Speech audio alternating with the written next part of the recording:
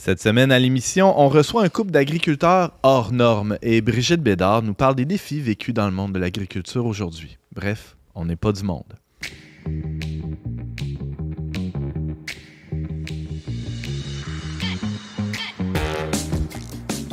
Bonjour à tous et bienvenue à votre magazine Foi et Culture. Ici Antoine Malenfant, votre animateur pour cet épisode spécial sur l'agriculture. Et j'ai le bonheur d'être accompagné aujourd'hui de James Langlois. Bonjour James. Bonjour Antoine. Quand on parle de foi et culture, c'est ça, c'est culture du blé, culture de... Exactement, ouais. Culture maraîchère, culture... Problème de foi. Oui, foi et culture, exactement. C'est celle qui parle culture de foi. C'est celle qui parle de son foie sans pure coïncidence. Hein? C'est Brigitte. Bonjour Brigitte, ton foie va bien toi? Oui, il va très bien. Ah, oui, et oui. ta foi, elle? Elle va très bien aussi, c'est les formidable. deux. C'est pas merveilleux. Brigitte, tu t'intéresses à l'agriculture, toi? Ben écoute, je m'intéressais pas vraiment à ça avant. On essaie d'asseoir ta légitimité non, ici. Non, là. c'est ça. J'ai zéro légitimité. Je suis juste une journaliste. Ben, okay? C'est quand même pas mal. Puis on m'a demandé, on m'a assigné, à un moment donné, j'ai un boss qui m'a assigné au Verbe, au magazine Le Verbe, de me dire, ben Brigitte, fais donc quelque chose sur les fermiers. Ça me disait pas grand-chose, mais en commençant ma recherche, je suis tombée dans le tal. Puis je vais te dire, vraiment, là, c'est un pogné sujet... quelque chose. Là. Non, vraiment, c'est un sujet passionnant. Puis j'ai fait plein de découvertes très intéressantes. C'est quoi ton lien à la terre, là, toi, en toute banlieusarde que tu es? C'est ça. Moi, ma mère est née sur une ferme en Gaspésie, à Saint-Octave-de-l'Avenir. Salut tout le monde de Saint-Octave-de-l'Avenir. Tu m'as dit que ça n'existait plus. Non, ça n'existe plus, mais toute quand notre même... grosse gang d'auditeurs de Saint-Octave. C'est ça, mais tu sais qu'ils se réunissent à chaque année. Ah oui? Ah oui, ils sont ici serrés. Puis, mais ma mère, à 18 ans, elle a quitté, elle est venue s'installer sur la rive sud de Montréal. Et moi, je suis une fille de la rive sud. Et je vais mourir, je pense, à la rive sud. Mais mon lien à la terre, c'est la montagne. Moi, j'aime le bois. J'ai passé mon adolescence à foirer à la montagne du Mont-Saint-Bruno, qui est une superbe, belle montagne. Puis monter dans les arbres, le grand pin qui avait la tête coupée, on s'installait en haut du grand pin puis on regardait les feux d'artifice à Montréal. Moi, c'est ça mon rapport à la terre. Ben, c'est quand même pas foirer, c'est quoi ça, Brigitte? Foirer, exactement? ça donnera lieu à une autre chronique. On fera une émission spéciale sur le foirage. Le foirage. Mais tu as le pouce vert quand même aussi. Oui, pendant la pandémie, il me semble que tu nous as parlé un peu. C'est parce qu'il n'y avait rien d'autre à faire. Comme tout le monde, là, c'est à donner à faire de Qu'est-ce que tu voulais que je fasse, ça? Non, j'ai pas le pouce T'as pas de vert. jardin, non? Non. Mon mari, il en fait un chaque année. Okay. Il y a même... dans la maison, il y a un petit truc hydroponique. Là, mais non, moi, ça ne m'attire pas. Ça m'attire pas. J'aime beaucoup manger. Un truc hydroponique, pas pour cultiver non, des choses mais non, ça, c'est dans mon ancienne vie. OK. Dans le temps que tu allais sur le grand pin de la montagne. Oui, c'est ça, foirer. Ça te donne une petite idée, James, de ce que ça veut dire un petit peu. James, toi, t'es-tu fermier ses bords? J'aimerais ça. Ah ouais, hein? Moi, je suis un peu urbain. Là. Même si je suis né à Val-Bélair. Tu pourrais être un néo-rural. Ça serait ton genre là, de tout laisser pour aller... Depuis que... Je dirais au cégep, je suis devenu depuis le cégep, je suis devenu quand même... j'ai développé une fibre écologiste. Puis, depuis ce temps-là, j'ai eu quand même l'appel. J'ai vécu aussi à Neuville pendant plusieurs années. C'est vrai. Puis, c'est là que j'ai... comté de Portneuf. Ouais, c'est ça. J'ai commencé à vouloir me faire un jardin, tout ça. Puis, plus tard, j'ai travaillé un peu avec les chevaux aussi. Je me suis acheté un cheval. Je me suis intéressé justement à l'équitation, à ces choses-là. Puis, j'ai eu des poules aussi, comme tout le monde, là, pendant la pandémie. Comme tout le monde! Comme tout le monde. J'ai eu des poules pendant la pandémie. Mais c'est ça, on fait notre petit coin, notre petit potager, ma femme et moi, avec les enfants l'été. On dirait que j'ai un rapport trouble un peu avec le potager. C'est comme, on dirait que personnellement... Amour-haine? Ouais. Pourquoi? C'est exigeant. Ouais, mais c'est exigeant, puis on dirait que j'aime pas ça me salir, mais en même temps, j'aime ça. Moi, j'aime planter des fleurs. C'est soit l'un ou l'autre. Ça, j'aime ça. Moi, planter des fleurs, ça, j'aime ça. Pour que ça soit beau, mais faire pousser, c'est tellement difficile, premièrement, faire pousser des affaires. Tu te fais tout le temps bouffer tout par les écureuils. C'est gossant, là. C'est de la grosse job. Ça donne quand même une petite idée des défis, une très, très infime idée de ce que vivent les agriculteurs. Doivent composer avec les intempéries, le climat, les insectes. Moi, j'avais juste 3 poules à m'occuper. Là. Je me rends compte à quel point je suis tellement paresseux. Là. Non, mais c'est comme... Tu sais, ça serait tellement naïf de penser qu'un jour, j'aurais une ferme. Là. C'est sûr que... Qu'est-ce que tu as fait avec tes poules? Ils sont rendus où? On va en parler hors d'onde tantôt. Non, mais il y a eu une belette là, qui leur a fait la passe il y a eu plusieurs histoires. La passe du coyote. Là, à un moment donné, là, je me suis retrouvé avec ça. Ça attirait toutes sortes de vermines, parce que à l'ancienne Norette, là, c'est pas quand même... C'est pas il y a de la vermine à l'ancienne Norette. Oui, non, mais pour vrai, les poules, ça attire les rats, ça attire les animaux. Puis, ils veulent les manger. Oui, c'était rendu tellement de gestion de problèmes, je m'en suis débarrassé. Ah, mon Dieu. Bon, on voit bien que vous connaissez ça, l'agriculture. Mais il y a des gens qui connaissent ça encore mieux. On a la chance aujourd'hui de recevoir un couple d'agriculteurs qui, eux vraiment, c'est leur vie depuis déjà plus de 25 ans. Ils ont leur ferme à Hérouville. Accueillons Nicole et Nicolas Rolland.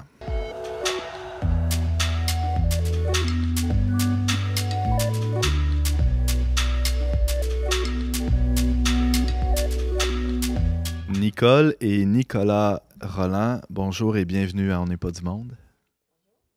On est très heureux de vous accueillir aujourd'hui. Vous êtes propriétaire de la ferme Nicolas Rolland, du même nom, qui se spécialise dans la production laitière depuis 1996. C'est basé à Hérouville, en Mauricie. Voilà. C'est vrai, tout ce que je raconte, là, je ne dis pas de niaiserie à date. J'ai une question toute simple pour commencer. Comment vous avez fait pour vous libérer là, pour venir en studio aujourd'hui? C'est quand même étonnant. C'est une grande question.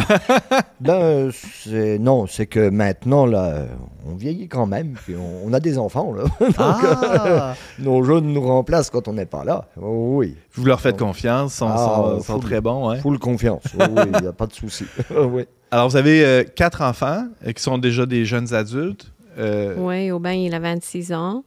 Emma, 24, James, 22 et Levi, 20. OK. Donc, et là, il y en a 2 là, présentement qui sont en train de s'occuper des vaches. Combien de têtes vous avez à la ferme? En tout, à peu près 160 avec la relève, là, avec les veaux et les taures. Là, ouais. Mais on traite en général de 70 à 80 vaches. Okay. C'est considéré comme une grosse ferme, ça, laitière? Alors, on a été longtemps... nous, on n'a pas rebougé au niveau de la production, c'est pareil. On a été longtemps dans la moyenne au Québec. Okay. Et là, maintenant, on est plutôt pour les toutes petites fermes, mais pas loin. Okay. Parce que dans les dernières années... c'est un fait, là. Il y a eu beaucoup d'intégration. Il y a plusieurs fermes qui se sont fait avaler, dévorer par des plus grosses fermes. Le nombre de fermes au Québec est en chute libre. On aura des données là-dessus, à moins que tu en aies sous la main déjà. Écoute, justement, je me disais, voyons, ça se peut-tu? De 1996 à 2016. Donc, 96, c'est l'année où vous êtes lancé. Il y a 7000 fermes qui ont disparu du paysage québécois. Ouais, 7000. C'est en plein ça. Ça, c'est des familles, là. C'est pas juste des bâtisses, là. C'est des familles. Oui. Pour la plupart, c'est des fermes. Il y en a qui ont carrément disparu. Il y en a d'autres qui ont été intégrés à d'autres entreprises voisines. Voilà. Alors, la production est restée pas mal la même. On fait autant de lait au Québec. On fait autant de blé, autant de soya, autant de lait. Ouais. Mais sauf que les unités grossissent. Parce que tu en as 2, 3 qui arrêtent, tu en as un qui englobe tout ça. Vous avez des offres, des fois, des gens qui vous offrent de vous racheter? Non. Moi, il n'y a personne qui m'a jamais proposé d'acheter parce qu'ils savent que de toute façon, nous, on ne veut pas vendre. On est là pour rester. Et puis, moi, j'ai racheté des terres, mais je n'ai pas racheté de terres. Disons que ce n'est pas d'une ferme qui arrêtait, c'est des terres qui étaient déjà arrêtées et ça fait très longtemps. Là. Donc, c'est comme si plutôt que d'avoir plein de petits kiosques à légumes au Québec, on était avec moins de kiosques à légumes et plus de Walmart un peu partout. Voilà. C'est en train de grossir. Donc, il y a très de moins en moins de fermes, mais les fermes qui restent, qui subsistent, qui survivent, produisent, mettons, 1 ou 2 produits. Au lieu qu'avant, dans les fermes d'antan, tu avais plein de produits dans chaque ferme qui étaient plus de dimension humaine, je dirais. Voilà, maintenant, c'est spécialisé. Tout le monde fait de la soit tu fais du porc, soit tu fais du lait, soit tu fais du poulet. C'est un système qui a comme commencé. Là. Pour être capable de produire beaucoup. parce que c'est de l'agriculture commerciale ou industrielle, on peut l'appeler comme on veut. Là, c'est plus tellement de l'agriculture vivrière.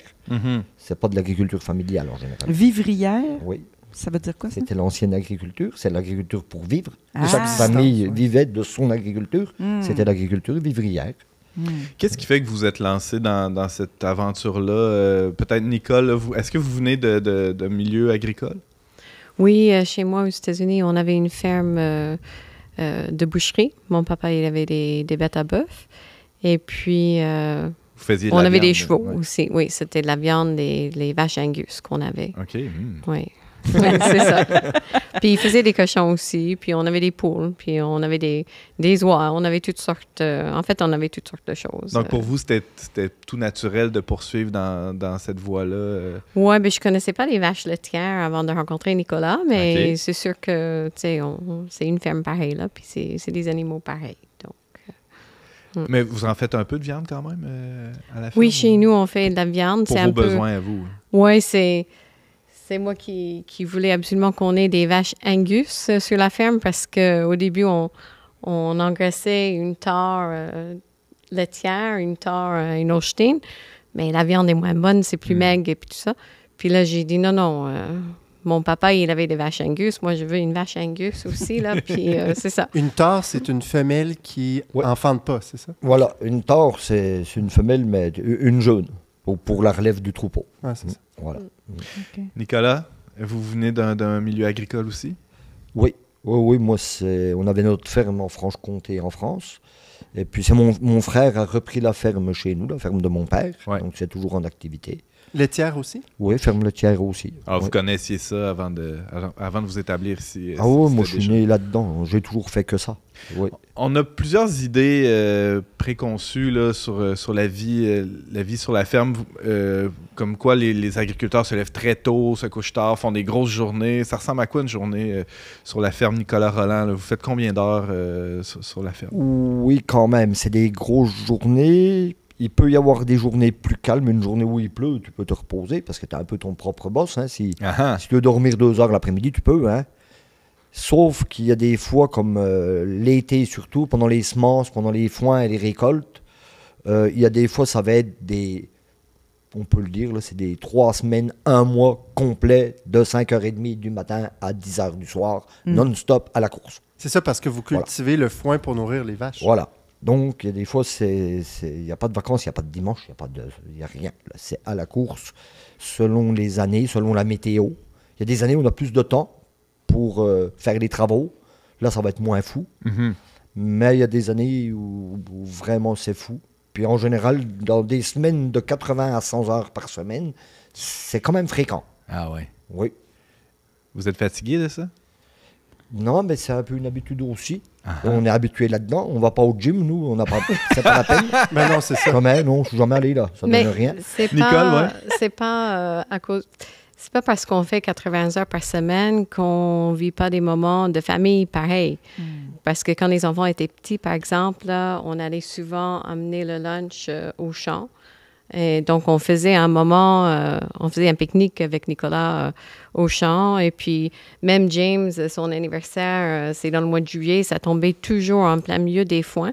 Donc, on amenait carrément le gâteau de fête dans le champ. Puis, on fêtait son anniversaire dans le champ. On amenait des ballons de soccer. Puis, on jouait. Puis, on prenait un moment...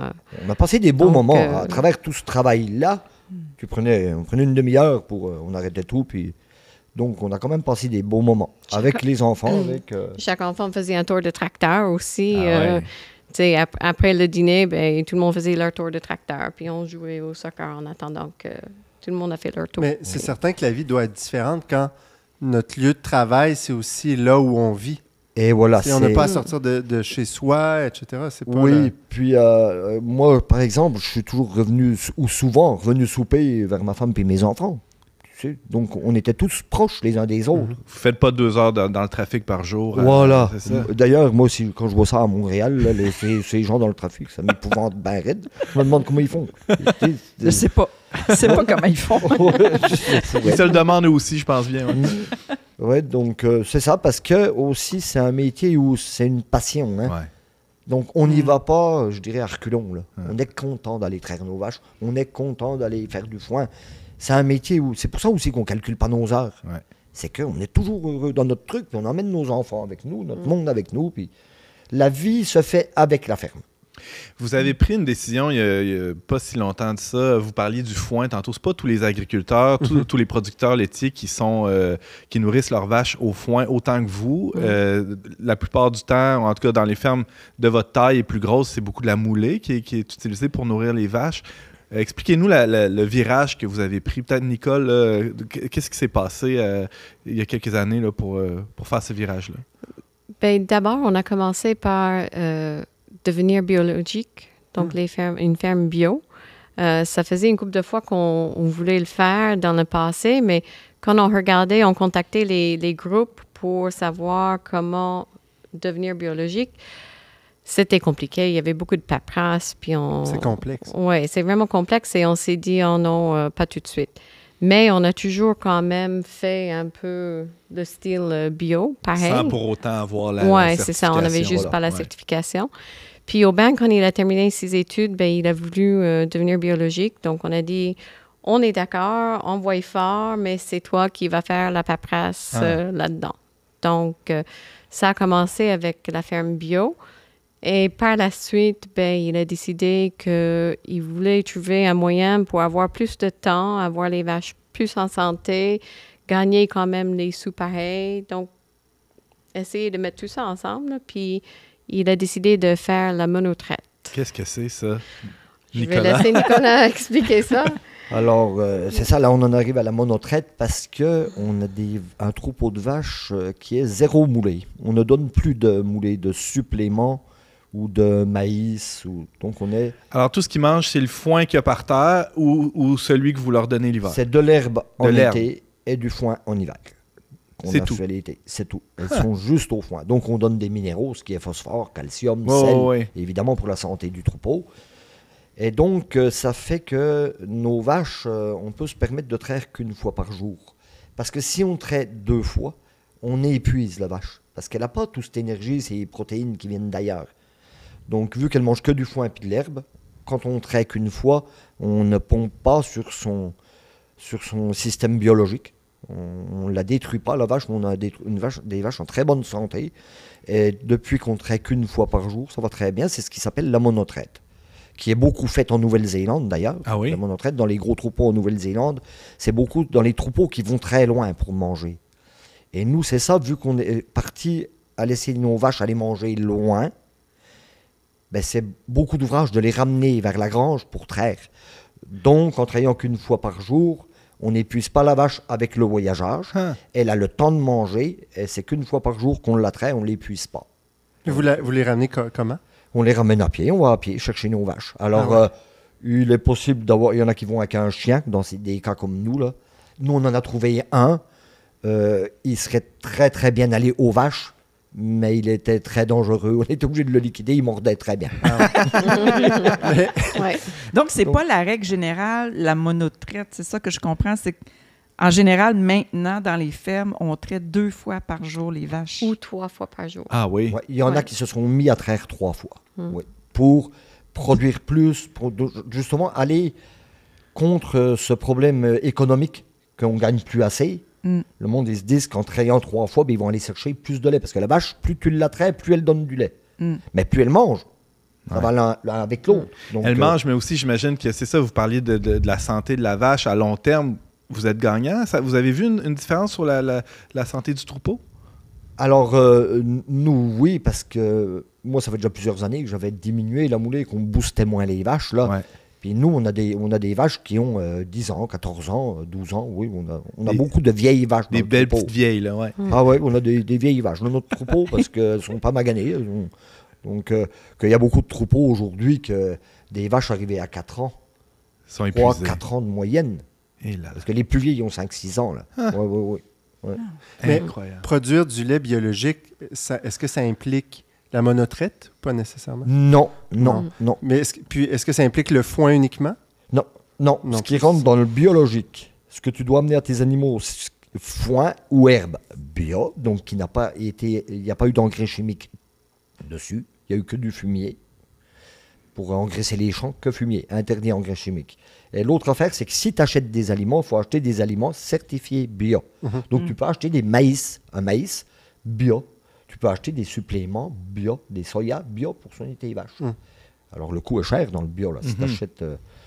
mais c'est ça. Et il faut aussi ne pas... on est limité dans le soignage des animaux. Antibiotiques, sont malades. C'est ça. Donc, on peut donner des antibiotiques, mais après, le retrait sur le lait et la viande est beaucoup plus long que pour une ferme traditionnelle, si on veut, ou conventionnelle. Donc, si on boit du lait bio, par exemple, celui naturel, peut-être c'est le vôtre. Oui, si tu veux boire du bio, oui. Non, mais je veux dire, c'est peut-être votre lait qu'on boit. Si on achète le lait alors, biologique. Alors, tu ne sauras pas si c'est le nôtre, parce que souvent, c'est un camion qui va ramasser. C'est pourquoi je dis peut-être. Ça se peut qu'il y ait du lait à vous là-dedans. Ça se peut qu'il y ait du lait à nous là-dedans, oui. Ben, c'est assez intéressant parce que vous allez carrément à contre-courant de la tendance qui est à grossir pour couvrir les frais, s'endetter un peu plus, acheter plus de machinerie. Vous êtes presque dans une logique de décroissance. Là, je sais que le mot n'est pas toujours accepté, mais vous avez décidé de ralentir un peu le rythme pour, en bout de ligne, avoir une productivité comparable. Oui. C'est ça, j'ai bien compris. Parce que, si tu veux, si on parle en termes de production, moi, par exemple, avant, quand j'étais plus conventionnel, là, mes vaches produisaient de 7000 à 8000 kilos de lait par année, par vache. Et là, aujourd'hui, mes vaches font 4005 par année. Ils font la moitié. Et j'ai pas de cachette à vous dire que financièrement, ça va aussi bien. Oui. Parce que vous avez moins de dépenses. Comment ça se fait? Parce que le lait qu'elles produisent, je suis mieux payé au litre de lait parce qu'il y a plus de gras. Avant, on faisait, par exemple, 4 de gras au litre de lait. Maintenant, on est proche 5. On est à 4,8, 4,9. Donc, mon lait est déjà mieux payé. Et ensuite, je n'ai pas les factures. On fait un lait avec ce qu'on a sur la ferme, avec l'herbe et le foin que j'ai. Je ne fais pas un lait avec du stock que j'achète. Donc, mes vaches ne sont pas malades. J'ai quasiment pas de frais de vétérinaire. Il y a beaucoup de choses qui rentrent en ligne de compte. Oui, comme tu me racontais quand je t'ai interviewé là, pour l'article sur les fermes laitières, les fermes familiales, tu m'expliquais que justement, tu n'achetais pas la moulée de la coop, puis tu n'achetais pas tout ça, ce qui faisait en sorte que tu rentrais dans ton argent, ce qui n'était pas le cas des autres fermiers autour. Voilà, parce que c'est assez spécial. Il y a une espèce de... Si tu veux, entre agriculteurs, là, on ne va pas se le cacher, il faut que tu puisses dire à ton voisin que moi, mes vaches, elles font 10 000 kilos de lait par vache. Tu comprends? Il y a une espèce de fierté. De gloriole, de frime, appelle ça comme tu veux. La compétition. Oui, une compétition. Et puis ça amène à de la misère, ça. C'est comme si, je te dis, moi j'ai acheté un tracteur de 120 forces, là, puis toi demain tu vas en acheter un de 140. C'est une espèce de compétition, mais qui n'a pas de bon sens, là. Prends un crayon puis calcule, là, parce que ça vaut la peine. Parce que tu dis, si l'autre a des meilleurs équipements que moi, il va produire davantage, puis moi je vais traîner de la pâte derrière. Ouais. Sauf qu'il a peut-être des meilleurs équipements, mais pour tout de suite, dans ce qu'on produit, ça ne paye pas. Alors reste avec tes vieux équipements. Tu comprends? Mais quand vous avez commencé en 96, est-ce que vous pensiez aller vers là déjà?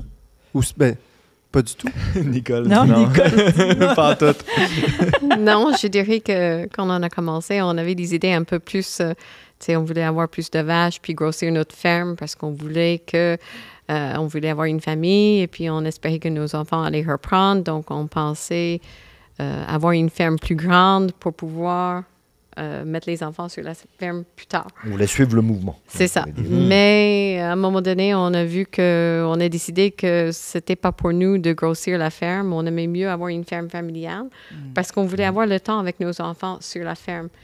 Donc, on a regardé plus de rester plus petit parce que quand on a commencé, on était dans les fermes moyennes, puis on était même, dans les fermes moyennes plus grandes. Mais au fur et à mesure des années, maintenant, on est considéré une petite ferme parce que nous, on n'a pas changé, en fait. Incroyable. Donc, ce que vous dites, c'est que ça a une influence aussi sur votre vie de famille. Ah, c'est sûr, c'est sûr. Ah oui.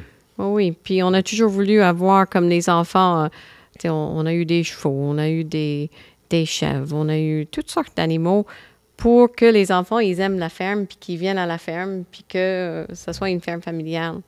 Donc... on a changé la vision. À un moment donné, c'était un vrai zoo, la ferme. Des lapins, des poules, des chèvres. Mais c'est ça aussi qui fait le fun pour les animaux. Parce que si tu veux, s'il n'y a pas tout ça, les enfants, ça leur permet de soigner le mouton ou la chèvre, puis de s'amuser par là.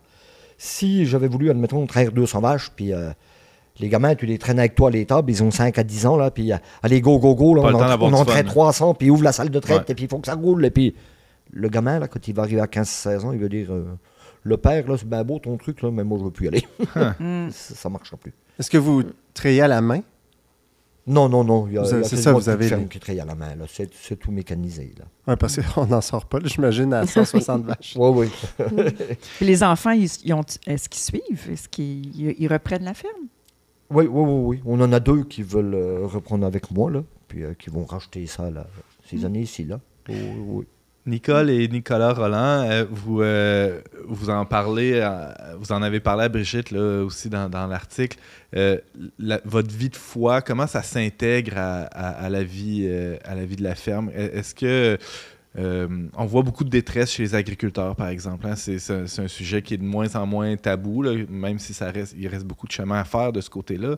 Des problèmes de détresse psychologique. Est-ce que vous sentez que ça vous aide? C'est un soutien pour vous d'avoir la foi dans ce contexte-là? Peut-être Nicole, ouais. Oui, c'est sûr que oui. Mais nous, sur la ferme, notre foi, on a toujours vécu en simplicité.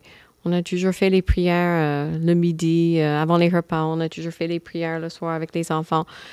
Donc, tu sais, on a toujours prié. On a toujours demandé à Dieu de nous aider dans tout ce qu'on fait. Donc, oui, je pense que c'est un soutien quand même. Ça nous a aidé beaucoup. Parce qu'on a toujours prié, c'est ça. Moi, j'ai toujours été croyant, de toute façon.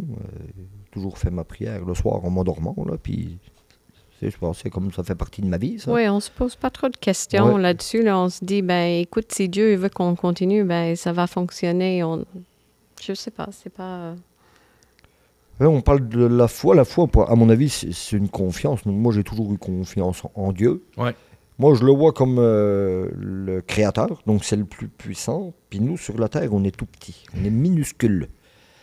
Alors, on a tous besoin, un jour ou l'autre, des autres. Et Dieu, c'est pareil. Un jour ou l'autre, t'en as besoin. Donc, t'es mieux de pas trop t'en éloigner. Amen. Merci beaucoup de votre témoignage.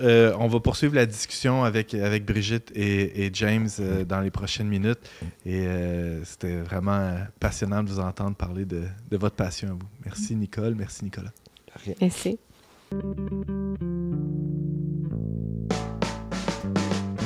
On n'est pas du monde est une émission produite par l'équipe du magazine Le Verbe. Pour vous abonner gratuitement et recevoir 8 numéros par année, visitez leverbe.com/abonnement. James Langlois, journaliste pour Le Verbe Média, bonjour. Salut Antoine. Alors James, tu voulais nous parler d'un type d'agriculture complètement marginal, l'agriculture qui se passe sur la ferme apostolique. Qu'est-ce que c'est ça?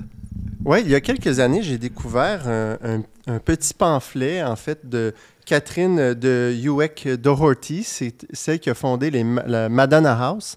Pour le dire simplement, là, c'est une laïque, en fait, qui était même mariée, qui s'est fondé une communauté chrétienne en Ontario, à Combermere plus précisément. Donc, c'est une communauté qui rassemble des prêtres, des laïcs ensemble, qui vivent une vie simplicité, une vie chrétienne.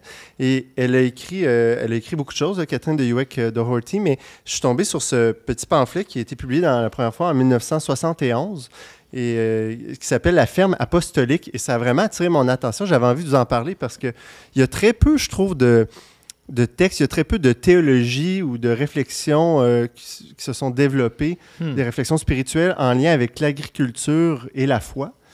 Et ici, donc, la ferme apostolique, c'est comme une petite plaquette qui rassemble un peu des 2 textes, en fait 2-3 textes qui ont été publiés d'elle de manière disparate. Et le premier texte, qui est très intéressant, s'appelle « Ne provoquez pas la colère de la terre ». Et elle raconte cette histoire. Elle vient c'est une Russe, elle est née en Russie, Catherine. Et puis, elle raconte que, justement, elle était avec son père quand elle était toute petite, puis ils ont rencontré un homme qui travaillait sur sa terre et il a dit à son père « Monsieur, prenez garde de susciter la colère de la terre car elle se vengera. » Et elle parle de cette anecdote pour réfléchir à c'est quoi notre lien avec la Terre, notre expérience de la Terre. Et elle se rappelle beaucoup son enfance en Russie en voyant justement cette agriculture qui était pratiquée de manière pour la subsistance, où il y avait une biodiversité, où on respectait, je dirais, les cycles naturels de la Terre. Aujourd'hui, on parle d'agriculture biologique, on parle de décroissance, mais comment déjà... Mais le modèle conventionnel, c'est de l'agriculture assez intensive. Oui, c'est ça. On pourrait dire, maintenant, ce qu'on appelle conventionnel, c'est intensif, mais en fait, ce qui est conventionnel, c'est une agriculture beaucoup plus simple. Et là, elle va exhorter dans ce texte-là, finalement, à respecter la Terre pour ce qu'elle est, à respecter ses cycles. Et elle va dénoncer justement cette vision de l'agriculture qu'on a aujourd'hui. Tout ce qu'on recherche, c'est d'exploiter la Terre le plus possible pour justement engranger le plus de profit. Et on pense dans cette logique-là qu'on va finalement en ressortir gagnant. Mais tantôt, on a entendu justement le témoignage de Nicole et Nicolas et on voit comment cette vision-là est appelée à se réformer parce que, qu'on le veuille ou non, c'est une vision qui va mener nécessairement vers un précipice. Parce que plus on exploite la Terre d'une mauvaise manière, et plus, comme elle dit, elle va se retourner contre nous, parce que si on ne la respecte pas, c'est très beau, c'est très avant-gardiste pour une chrétienne. En 1971, elle va même dire que, justement, nous sommes des fils de la Terre, et donc que la Terre, c'est notre mère. Et elle va parler de la Terre-mère, ce qui est commun aussi comme appellation aussi dans le mouvement, aujourd'hui dans le mouvement écologique. Mais évidemment, il n'est pas question de personnifier là, ou de personnaliser la Terre ou dans une espèce d'idolâtrie de l'écologie. Non, on est vraiment dans plus le milieu symbolique. Ouais. Puis elle va faire justement aussi toute cette lecture en lien avec la Genèse où tu es poussière, tu retourneras poussière, donc on retourne à la Terre, l'homme. Puis donc c'est très beau. Puis ce qu'elle appelle la ferme apostolique, au fond, c'est quoi? C'est cette idée que on doit, si on est appelé à être agriculteur, à le faire avec charité et à le faire dans une vision qui respecte vraiment le plan de Dieu sur la terre. C'est très beau parce qu'elle va même dire qu'aujourd'hui, quand on pense au travail de la terre, on le voit beaucoup comme une corvée. C'est sûr qu'il y a un élément de souffrance, il y a un labeur qui est là, mais elle va dire que la corvée, c'est quelque chose qui est lourd, qui est fait sans amour, alors qu'elle rappelle notamment sa mère qui disait qu'elle devait aller soulager ses beautés de leur fardeau en parlant des vaches qu'elle allait traire. Donc, il y avait cette relation-là, une relation avec la terre, avec la création qui en est une d'amour, de charité. Puis, on peut étendre aussi, évidemment, elle parle de la terre, à proprement parler de la jachère, par exemple, de laisser la terre se reposer, mais tantôt, Nicolas parlait aussi de la monotraite. On peut l'étendre aussi avec les animaux, c'est-à-dire qu'on ne peut pas exploiter les animaux indéfiniment pour en extirper, les instrumentaliser. Ça reste des vivants, puis il y a quelque chose à respecter. Il y a une sagesse de respecter leur rythme ou d'être attentif à ces rythmes-là qui sont propres à chaque animal. Donc, elle termine cette plaquette en disant « L'agriculture est un autel sur lequel on ne peut déposer que le pain et le vin de la vérité.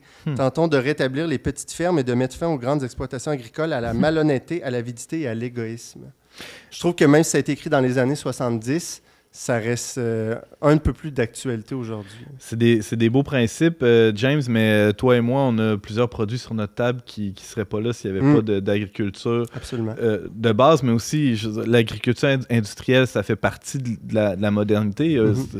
Comment on fait pour s'en sortir? Est-ce que même c'est souhaitable? Je lance la question. Est-ce qu'une autre agriculture est vraiment possible pour nourrir tout le monde?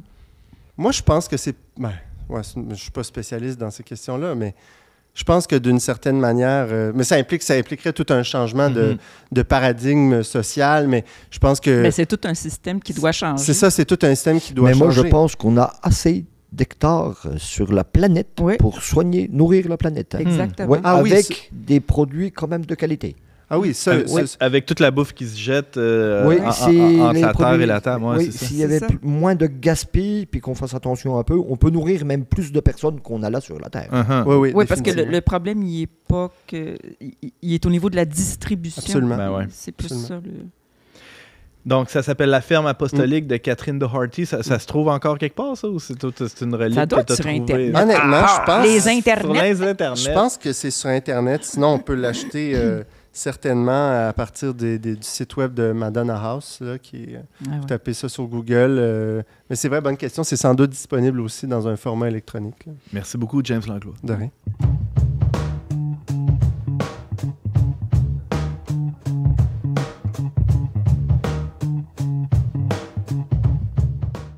Brigitte Bédard, journaliste pour Le Verbe Média, bonjour. Salut Antoine. Tu as fait une enquête durant laquelle tu t'es intéressé à un enjeu particulier dans le monde de l'agriculture au Québec. C'est celui de la détresse qui est vécue par nos agriculteurs. Raconte-nous là, les grands traits de cette enquête-là.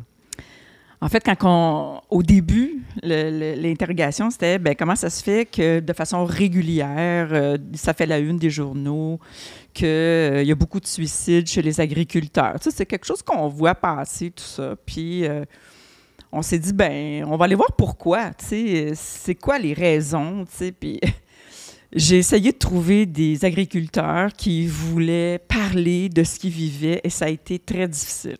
Ah ouais, pourquoi? Oui, c'est un des facteurs de risque, en tout cas. Tu sais que les fermiers, ils appellent plus ça vraiment des fermiers. Hein. Maintenant, c'est des entrepreneurs agricoles.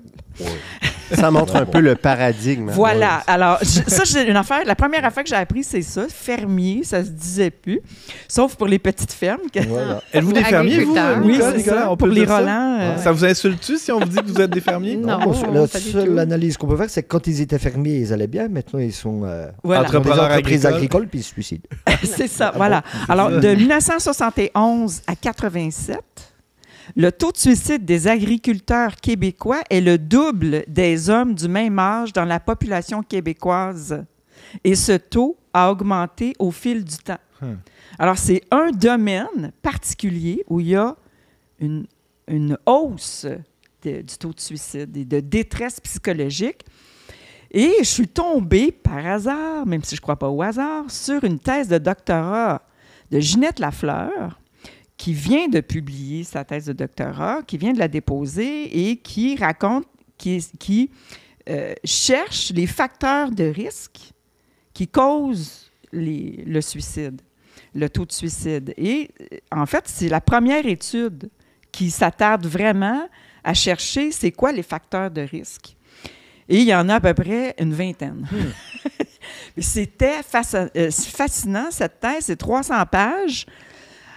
J'aurais voulu avoir le temps de toute la lire. J'ai parlé à Mme Lafleur. En parlant à Mme Lafleur, je suis tombée aussi sur une dame qui est fort intéressante, Mme Martine Fraser, qui est travailleuse de rang. C'est quoi, c'est une travailleuse de rang? Alors, ça, j'ai découvert que ça existait aussi, des travailleuses de rang, travailleurs de rang. Il y en a 18 au Québec, répartis dans différentes régions. Elle, Mme Fraser, est en Mauricie. Et ce sont des personnes qui apportent un soutien psychosocial aux agriculteurs pour essayer de voir, justement, est-ce qu'ils sont dans les facteurs de risque? Qu'est-ce qu'ils vivent? Et tout ça. Puis, c'est comme il y a des travailleurs de rue, il y a des travailleurs de rue. Exactement. Puis, ça s'appelle, c'est tout lié à, justement, au cœur des familles agricoles, qui est une association qui a été mise sur pied par une dame, et maintenant, c'est Mme Ginette Lafleur qui s'en occupe. Donc, tout ça est comme relié. Donc, plus qu'on cherche dans un domaine, plus tu fais de découvertes. Mais tu sais, j'aurais pu faire un reportage qui aurait duré 1 an. As-tu quelques exemples de facteurs de risque? Oui, justement, c'est le premier, le plus important, c'est les problèmes financiers et les problèmes de travail au niveau, je dirais, concret, là. Ensuite, c'est les conflits familiaux. Donc, puis ça, j'en ai rencontré des agriculteurs qui étaient sur la ferme familiale avec la parenté et que lui, il travaillait genre 80 heures semaine puis il gagnait 24 000 $ par année. C'était sa femme qui le faisait vivre. Il ne voyait pas ses enfants. Il est tombé en dépression. Ils ont failli se divorcer. Et ça faisait 5 ans que sa femme, il disait, tu veux-tu, tu vas lâcher ça. Mais il y a comme un esprit très... qui est vraiment généralisé dans le monde agricole, dans les familles agricoles comme ça, c'est qu'on doit poursuivre la ferme du père, qui l'a eu de son père, puis qui l'a eu de son père. Donc, ça, là, c'est une pression très forte. Donc, ils veulent tout faire, quitte à mourir. Là. Puis, donc, eux autres, finalement, ce couple-là, lui, il a décidé qu'il quittait la ferme. Puis maintenant, il dit, puis là, mon couple, on est rescapés. Mais on travaille sur notre couple. T'sais. Donc, les conflits familiaux, mais il y a aussi multiples facteurs de stress puis perte de contrôle sur leur travail. Ça veut dire que, justement, il y a tellement de nouvelles technologies, de nouvelles règles du gouvernement qui arrivent comme à chaque mois, là. Une nouvelle affaire qu'il faut respecter les normes, il faut respecter ci. Donc, il y a tellement de nouvelles adaptations. Oui, ça aussi, une charge administrative qui bien au-delà de la capacité de monsieur, madame, tout le monde. Là. Vous nous en avez parlé un peu. La paperasse, c'est toi qui vas s'en occuper. Mais je peux vous dire que quand j'ai racheté ma ferme en 96, il n'y avait rien en paperasse. Ah, c'est ça. Voilà. Ouais, on avait juste la comptabilité normale. C'était d'une liberté totale. Mais tantôt, vous disiez, il y a eu de la paperasse pour devenir bio, mais est-ce que... C'est tout venu après. Mais après, est-ce qu'on vous devez continuer? En 96, il n'y avait pas de paperasse. Tu aurais voulu être bio, tu aurais eu la paperasse. Oui. Mais nous, en conventionnel, il n'y en avait pas. Que maintenant, même en conventionnel, ils ont énormément de normes qui sont arrivées. Là. Il arrive des normes, des ministères, là, ça ne finit plus. Oui. C'est tous des gens dans des bureaux, je ne sais pas quoi ils pensent, parce qu'ils font, mais eux, ils font que ça. Trouver des aiguilles enfilées dans les bottes des agriculteurs. Là. Tu vois, ça, c'est oui, exactement. Puis ça, c'est une des difficultés. Là, ça arrive en 4e position. Difficulté d'adaptation au changement de politique agricole. Donc, les politiques agricoles changent comme on change de chemise. Là. Comme on change de gouvernement aussi. Là. Non, mais c'est exactement. Ça. Puis tout ce qui vient aussi de l'Organisation mondiale de la santé. Ouais. Donc, tous les gouvernements sont sujets à ça. Il y a des adaptations, j'imagine, aussi au marché, parce que la mondialisation a accéléré là, à vitesse grand V dans les 25 dernières années. On se retrouve en compétition avec le monde entier, spécialement dans le monde agricole. Ici, les producteurs laitiers, les marchés se sont quand même assez ouverts. Là, ça reste protégé là, au Québec, mais quand même, la donne a changé dernièrement. Comment ils s'inscrivent dans ce nouveau contexte-là? Ça a un impact sur leur santé mentale? Oui, ça a un gros impact sur la santé mentale. Je dirais que c'est le facteur de stress numéro 1, de s'adapter justement à toutes les nouvelles technologies. L'intelligence artificielle aussi qui est rentrée dans les fermes. Ça veut dire que maintenant, on a des fermes là, qui, pour rester en vie, doivent investir des millions de dollars pour avoir des robots automatisés où les vaches, par exemple, vont aller se faire traire elles-mêmes. Elles sont en liberté, mais elles vont se faire traire 2 à 3 fois par jour par la machine. Le fumier se fait ramasser par une machine qui se promène comme ça. C'est le paradis, ça? Les agriculteurs sont libérés de toutes ces tâches-là. Vous pensez quoi de ça? Ça ne vous tente pas de faire le virage vers les robots, vous, non? Ça ne me tente pas du tout. Vous pourriez passer vos semaines ici, là, au Verbe, avec nous, à jaser d'agriculture? Non, parce que je voudrais bien jaser avec leurs banquiers, ces gens-là. C'est ça, parce que probablement que toutes ces machines-là sont louées ou coûtent quelque chose à être achetées. C'est des gros investissements qu'il faut... 3 millions de dollars. On devient comme dépendant, j'imagine. Oui, c'est ça. Parce qu'il y a l'entretien de ça aussi. Ils investissent là-dedans. Oui. Mais chaque année, par exemple, un robot de traite, c'est 25 000 $, juste l'entretien à chaque année. C'est juste l'entretien, ça. Puis dans 10 à 15 ans, il est foutu, le robot. Il faut en racheter un autre. Mais c'est 300 000 un robot. Donc, il faut quand même y penser. C'est vrai. Est-ce que tu auras fait assez de lait pour payer cet entretien et le robot qui est fini au bout de 12 ou 15 ans? Mais ça veut dire que pendant ces 10 ans-là ou 12 ans que le robot fonctionne, le fermier, lui, il se la coule douce ou qu'est-ce qui se passe? Non, parce qu'il a énormément de travail, pareil. Ah oui? Parce qu'il a augmenté le troupeau pour pouvoir payer ses machines. Donc, quand on augmente, après, il y a plus de fumier à charrier, il y a plus de veaux à faire boire. C'est un cercle vicieux. Il y a un suivi du troupeau là, au niveau des véhilages, des tarissements des vaches, tout ça. C'est pas vrai qu'il n'y a plus rien à faire, au contraire. Donc, lui, non, il est occupé en masse. Aïe, aïe, aïe.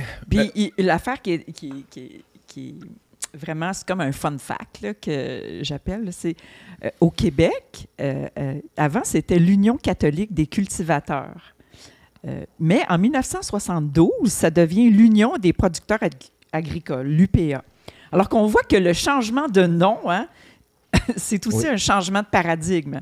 On voit que le changement de nom, c'est comme un reflet de la progression des connaissances, des techniques, qui va devenir hautement spécialisée. Ça devient une production industrielle comme une autre, entre guillemets. Voilà. On applique les principes industriels à quelque chose qui est de l'ordre de la terre, de la nature. C'est à partir de ce moment-là que ça va devenir une monoculture de masse. Mm-hmm. Chaque ferme va être spécialisée dans le lait, puis va produire pour la masse. Mm-hmm. Puis c'est ça qui va faire en sorte que aujourd'hui, on a 7000 fermes qui ont disparu depuis 1996. James?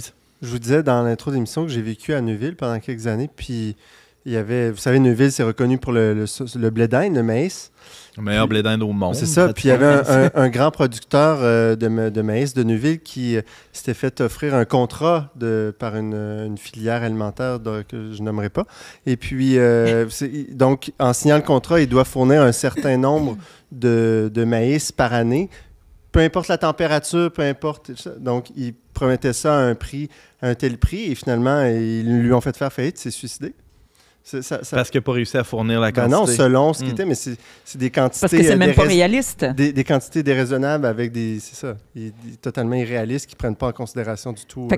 Oui, ça existe, ça. C'est des contrats que tu peux prendre avec des grosses boîtes de grains ou des boîtes dans l'alimentation. Ouais.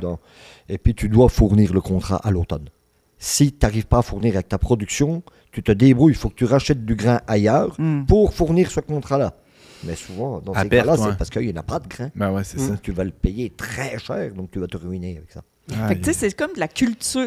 C'est vraiment un système qui fait en sorte qu'on surproduit. On sait qu'il y a beaucoup de gaspillage de nourriture, que c'est mal réparti. Puis, qu'est-ce que ça fait? Ça fait qu'au niveau écologique, on va faire de l'agribashing. C'est pas très populaire au Québec. Là, je dirais que c'est plus en France, où il y a beaucoup d'agriculteurs qui se font traiter de destructeurs de l'environnement. De pollueurs de masse. C'est ça, ils polluent, ils traitent mal les animaux. Je comprends, 3 traites par jour, on peut croire que c'est maltraiter les animaux. Mais en même temps, on participe à ça. Alors, tu sais qu'il y a 40% des agriculteurs qui déclarent avoir vécu au moins une situation de harcèlement en 2019. Juste en 2019. Ça, c'est au Québec. Ils viennent des espèces de boucs émissaires de problèmes écologiques. C'est ça, ils se font crier après. Mettons, tu te promènes avec ton tracteur dans le chemin, c'est lent, un tracteur. Hein? Tu sais, quand tu es pris en arrière d'un tracteur, ça t'énerve, hein?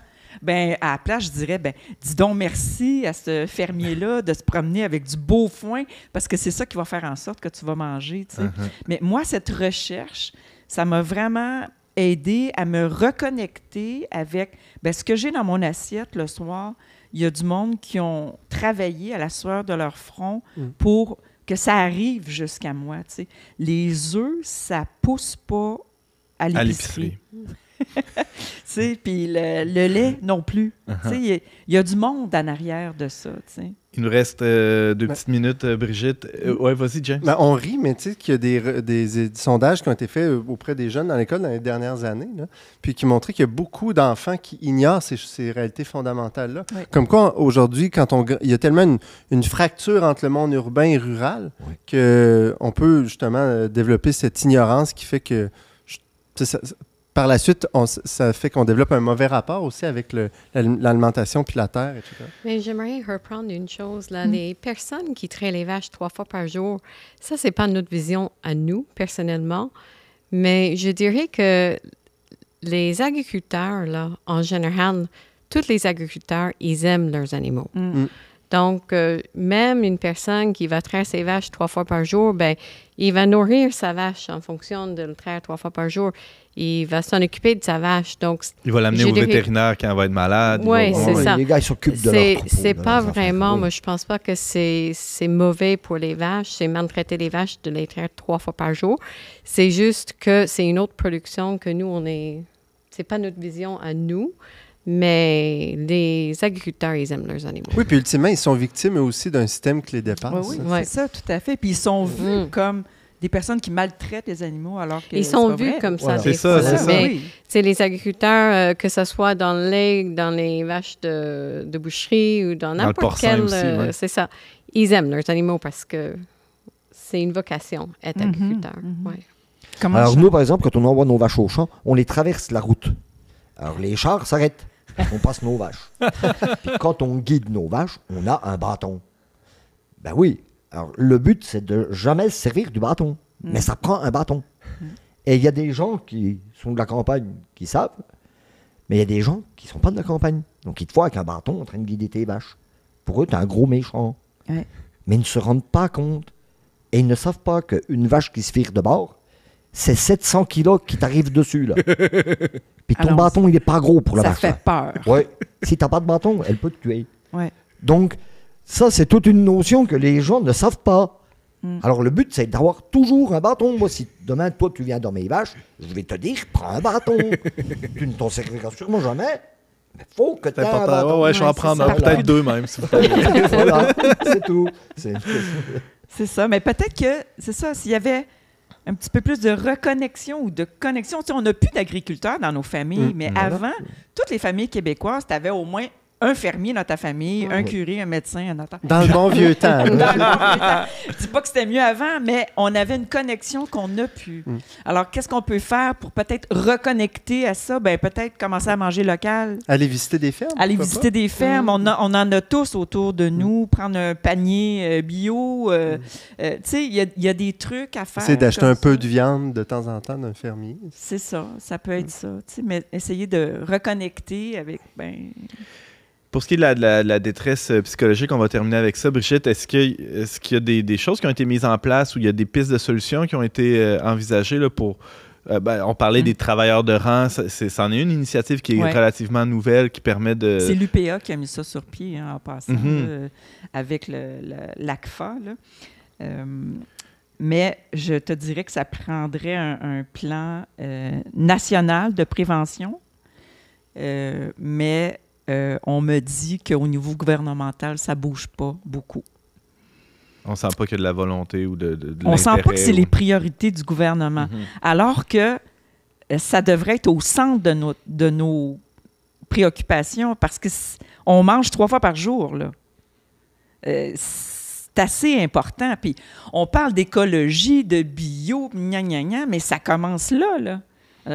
Il faut un peu plus de concret. Mais tu sais, nous, dans notre vie, moi, j'aime beaucoup les relances qui viennent nous raconter, c'est la simplification de vie. Simplifier notre mode de vie. Je pense qu'on a beaucoup à gagner en simplifiant notre façon de vivre, notre façon de consommer, réduire notre consommation. À part ça, c'est sûr qu'on peut demander au gouvernement de faire plus, mais ça, on peut demander de faire plus au gouvernement dans tous les domaines. Là. Mais ce qu'il y a derrière ça, c'est l'amour de l'argent. Puis, oui, de grossir de plus en plus, puis d'avoir des plus gros tracteurs, puis la plus belle robe, la plus belle ci. Ben oui, on est tous comme ça. Mais c'est ça, peut-être juste... Puis nous aussi, du côté des consommateurs, on veut absolument payer le moins cher possible, peu importe si ça vient de l'autre bout du monde, peu importe le parcours que ça a fait, par qui ça a été cultivé. C'est important d'avoir cette conscience-là autant que possible, évidemment. Moi, j'essaie d'acheter de plus en d'acheter ce qui vient du Québec. J'essaie le plus possible, tu sais. Des fois, c'est le même prix. Oui. Oui, des fois, c'est le même prix. Puis, tu sais, d'acheter des fruits et légumes de saison. De changer un peu des habitudes, tu sais, les fraises qui viennent de la Californie au mois de décembre. Elles sont même pas bonnes, de toute façon. On va se le dire. Tu sais, il y a des trucs comme ça.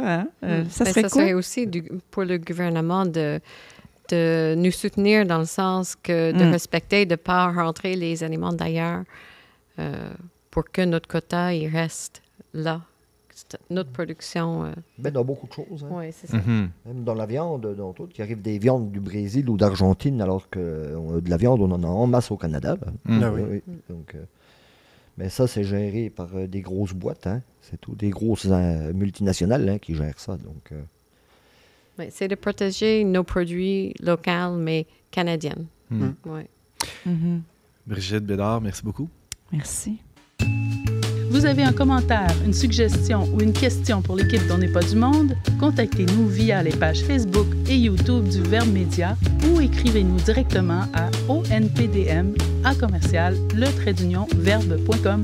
C'est déjà tout pour cet épisode, mais avant de se laisser, une suggestion culturelle de Brigitte Bédard. Oui, c'est le film documentaire Ferme familiale qui est sur tout.tv. C'est l'histoire de, justement, la ferme Montcalm, les frères Montcalm, qui vont décider de s'endetter lourdement pour moderniser leur étable avec des robots pour faire la traite des vaches, optimiser la production et ultimement inciter les prochaines générations à poursuivre le travail des aînés amorcé il y a 100 ans. C'est un documentaire qui dure à peu près 52 minutes, réalisé par Mathieu Quintal, et c'est excellent. C'est vraiment bon. Je suggère à tout le monde d'aller voir ça. Ferme familiale sur tout.tv. Merci Brigitte. James?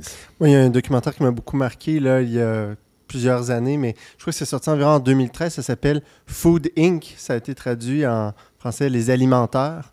Donc, c'est un documentaire qui montre tous les rouages de l'agriculture moderne, du commerce et de la commercialisation des aliments aujourd'hui en Occident, de la monoculture et de tout ce que ça implique. Assez choquant comme documentaire, mais aussi très instructif. Donc, Food Inc., les alimentaires. Merci James, merci Brigitte, merci du fond du cœur à Nicole et Nicolas Rolland. Merci à vos garçons aussi qui ont tenu le fort pendant ce temps-là à la ferme à Hérouville. On peut passer vous voir à la ferme si on veut vous dire bonjour. Ouais, il dit non, il dit oui. Quand tu veux. Venir saluer vos vaches aussi, voir ce beau troupeau-là. Merci beaucoup de vous être déplacés. Merci à Marie Laliberté et Marianne Martin à la technique. Et vous pouvez en tout temps partager cette émission-là sur vos réseaux sociaux. N'hésitez pas, on est sur YouTube, Facebook. Allez-y allègrement et on se retrouve la semaine prochaine pour un autre épisode d'On n'est pas du monde.